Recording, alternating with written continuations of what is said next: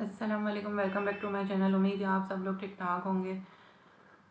تو جیسا کہ شروع کرتے ہیں آج کا ایک مختصر سا بیان، نماز میں دل نہیں لگتا۔ اکثر لوگوں کے ساتھ یہی مسئلہ ہوتا ہے کہ نماز پڑھتے ہیں لیکن توجہ نماز کی طرف نہیں ہوتی، جو نماز ہماری ضائع چلی جاتی ہے۔ اس لیے ہمیں یہی کوشش کرنی چاہیے کہ نماز کی طرف ہمارا دل لگانا چاہیے، اور کیا کیا چیزیں ہیں جو ہمیں نماز کو سمجھنے کی کوشش کرنی چاہیے۔ تو درود شریف پڑھتے ہیں، درود شریف کے ساتھ اس مختصر سے بیان کا اسٹارٹ لیتے ہیں۔ صلی اللہ علیہ محمد صلی اللہ علیہ وسلم۔ نماز میں دل نہیں لگتا۔ مسلمان ہونے کی حیثیت سے میں نے یہ آپ سے ایک بار تو زندگی میں قرآن کو سیکھا ہوگا، ترجمہ تفسیر کچھ نہ کچھ تو پڑھا ہی ہوگا۔ اگر کچھ سیکھا ہی نہیں تو سنا ہم نے ضرور ہوگا۔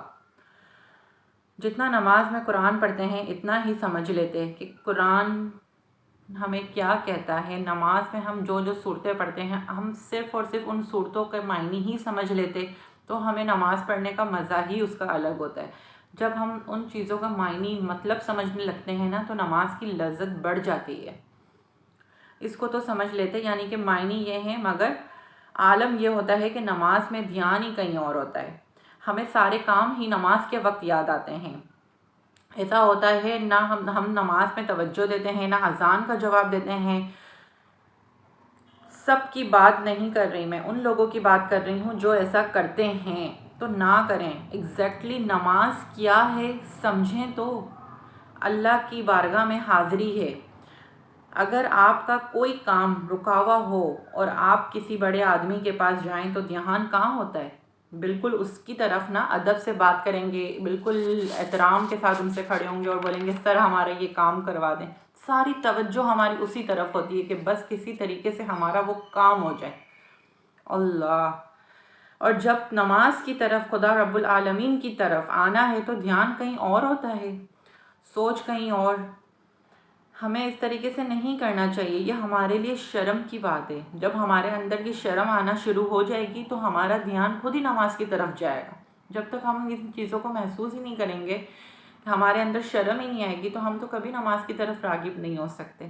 جب ہمارے اندر شرم آنا اسٹارٹ ہو جائے گی تو خود ہی ہمارا دھیان نماز کی طرف جانا اسٹارٹ ہو جائے گا۔ نماز کا سب سے آسان طریقہ میری نگاہ میں یہ ہے کہ آپ 30واں سپارہ اگر آپ تفسیر، ترجمہ اس کو سمجھ لیں گے تو مجھے لگتا ہے کہ آپ لوگ نماز میں جو صورتیں پڑھتے ہیں، یا میں ہوں یا آپ ہوں، جو بھی ہم نماز میں صورتیں پڑھتے ہیں اس کا مطلب ہمیں سمجھ آ گیا تو ہم آسانی سے نماز ادا کر سکیں گے، اس کا مطلب سمجھ سکیں گے، اور اللہ کی طرف محبت کے ساتھ اللہ کی طرف رجوع کریں گے۔ اور نماز کی لذت اگر آپ نے جس دن محسوس کرنا شروع کر دی نا، اس دن نماز سے آپ لوگوں کو بہت محبت ہو جائے گی۔ دیکھیں میں آپ کو ایک چیز بتاؤں، گناہ جس کے دل میں بیٹھ جاتا ہے نا، تو وہ اتنی آسانی سے نہیں ختم ہوتا۔ ہم جب اچھے کام کی طرف راغب ہوتے ہیں تو وہ چیز ہمیں نہیں اچھی لگتی، لیکن اب جیسے کہ ایک بالفرض نماز ہے، اب نماز ہمیں اچھی لگے یا نہ لگے، اگر ہم وہ پڑھتے رہیں نا تو ایک دن ایسا آتا ہے کہ گناہ ہمارے دل سے ہٹنا شروع ہو جاتا ہے، اور اچھی چیزیں، اچھی عادتیں وہ ہمارے دل میں آنا شروع ہو جاتی ہیں اور ہمیں ان کی لذتیں محسوس ہونے لگتی ہیں۔ تو یہ ہمیں کرتے رہنا چاہیے، نہیں چھوڑنا چاہیے ہمیں یہ عمل۔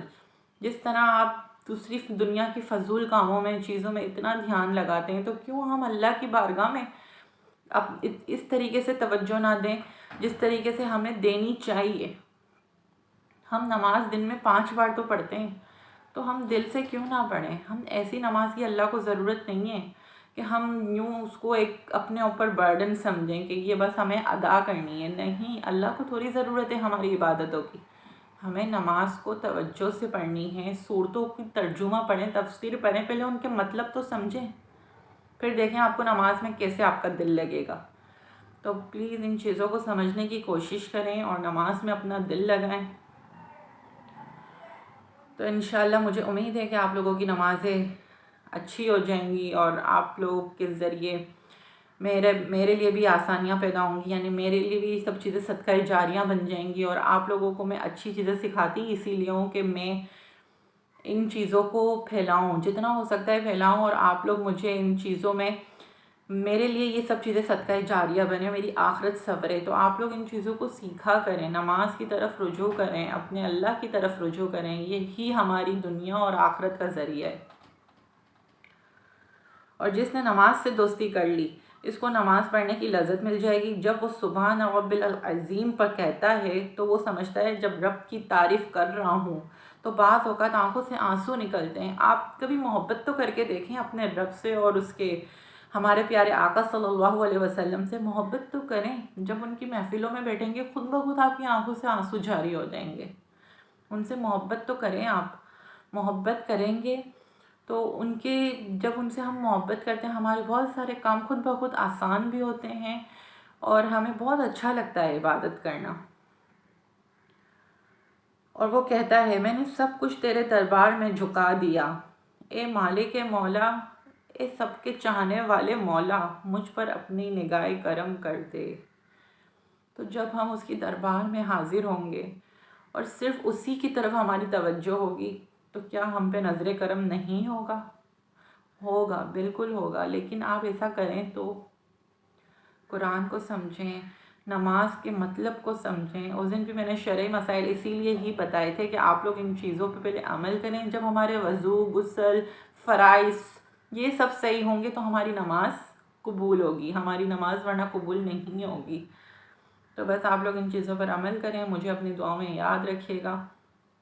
السلام علیکم ورحمۃ اللہ وبرکاتہ۔